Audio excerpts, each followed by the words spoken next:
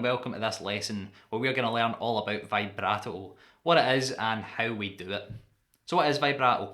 Well, basically it's a technique where we create a constant slight increase and then decrease in the pitch of whatever note or notes we're playing. Creates a sort of pulsing type sound.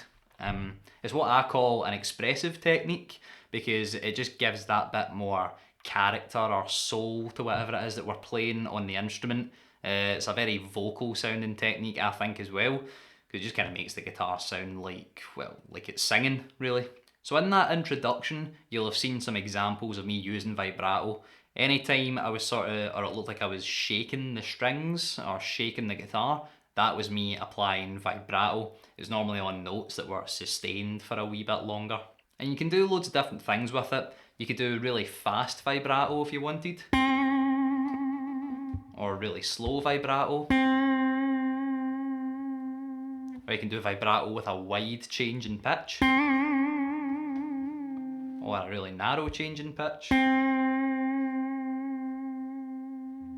It's all up to you, it's all up to the individual player. Vibrato is one of those very individual things. You can quite often identify two different guitar players based off of their vibrato, even if they were playing the exact same thing. But you can also tell players that haven't practiced their vibrato.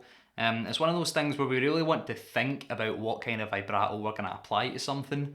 If we're playing like a slow ballad, do we want to apply really slow vibrato? Do we want to apply vibrato with a really slight increase in pitch? Sometimes you'll see people and they could be playing a really slow ballad or something like that, and then they have to go and put some vibrato on a note. And we start getting this sort of thing, and they've just got no control over it because they've never practiced it.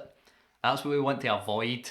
This is a technique we can consciously sit and practice, and we want to have enough control over our own hands and our own instrument that we can create the kind of sound we hear in our head. It's not up to our hands to dictate to us what sort of vibrato we end up playing on any given piece of music.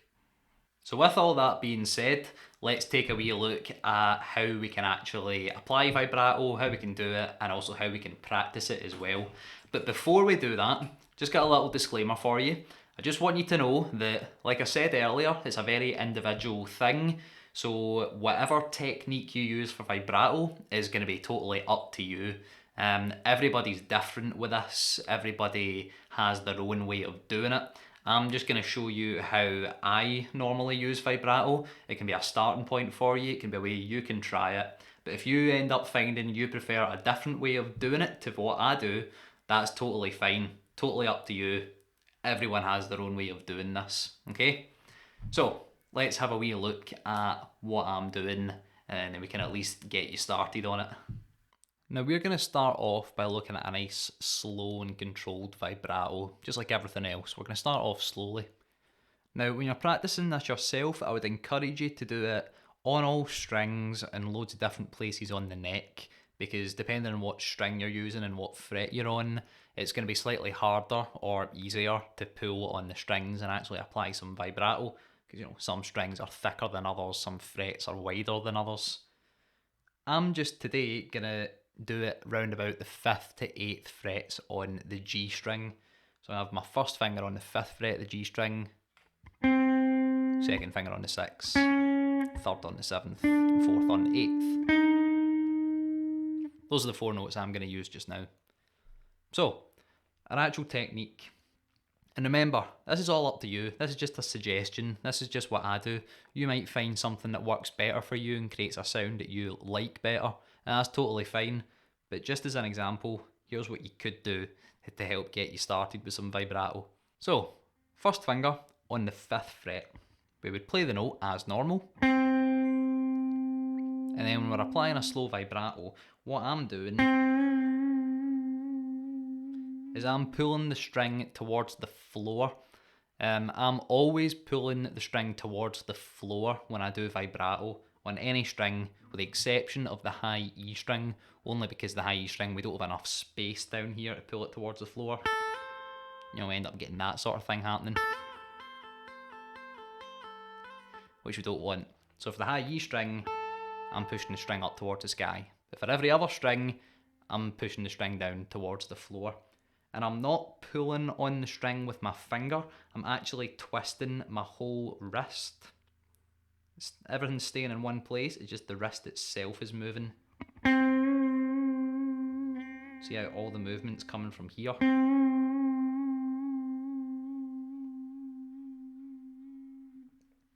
And that's the same for every finger. All my movement is coming from my wrist.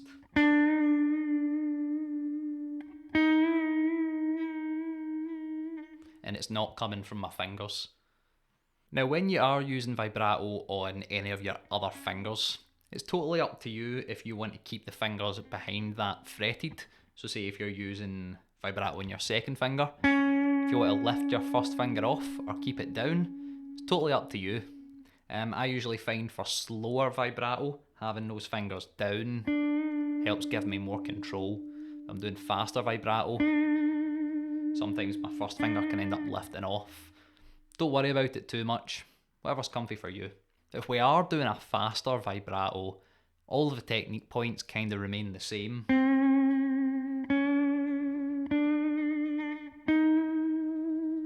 The only difference for me when I'm doing faster vibrato is that my thumb lifts off the top of the neck. I find when I'm doing faster vibrato, if my thumb stays on the neck, it kind of slows me down, it gets in the way. It's kind of like an anchor, kind of weighing me down a bit. So it comes off to give me that freedom to do some faster vibrato. But if yours wants to stay down, then that's fine. That's what yours does. Totally up to you. So once you've sat and practiced your slow vibrato on all 4 fingers,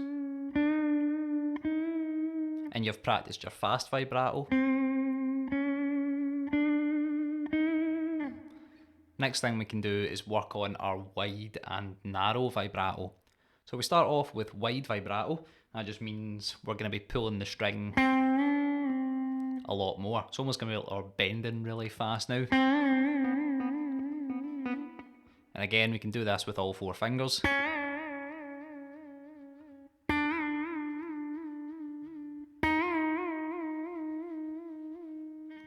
It's not something that I do very often, but you know, sometimes you're playing some really wild stuff and you just need that crazy wild sort of wide vibrato on it. All technique points kind of remain the same though, for me anyway. Only difference is that we're going to be moving our hand in more of an extreme motion so we can get that extra distance.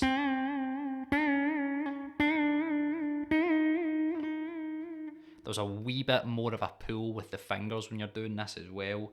It's not totally coming from the wrist this time. Also, my thumb can sometimes lift off the top as well when I'm doing wider vibrato. So if yours does that, don't worry about it. And then the other thing we can do is our really narrow vibrato, where we're barely pulling it at all.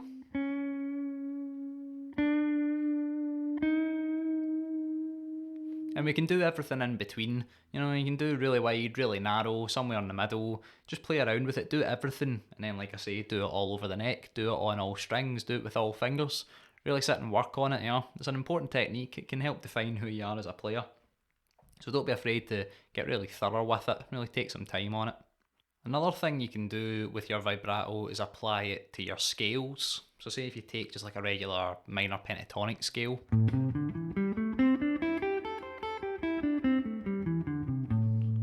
You can apply some vibrato to every one of those notes. So you can start off with some slow vibrato.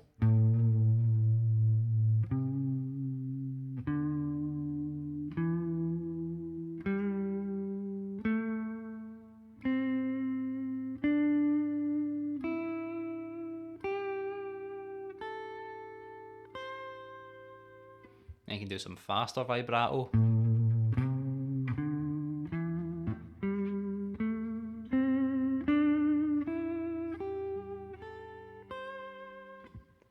You can take any scale shape you want. You know, if you want to use one that has some other fingers in it, you can take like a major pentatonic.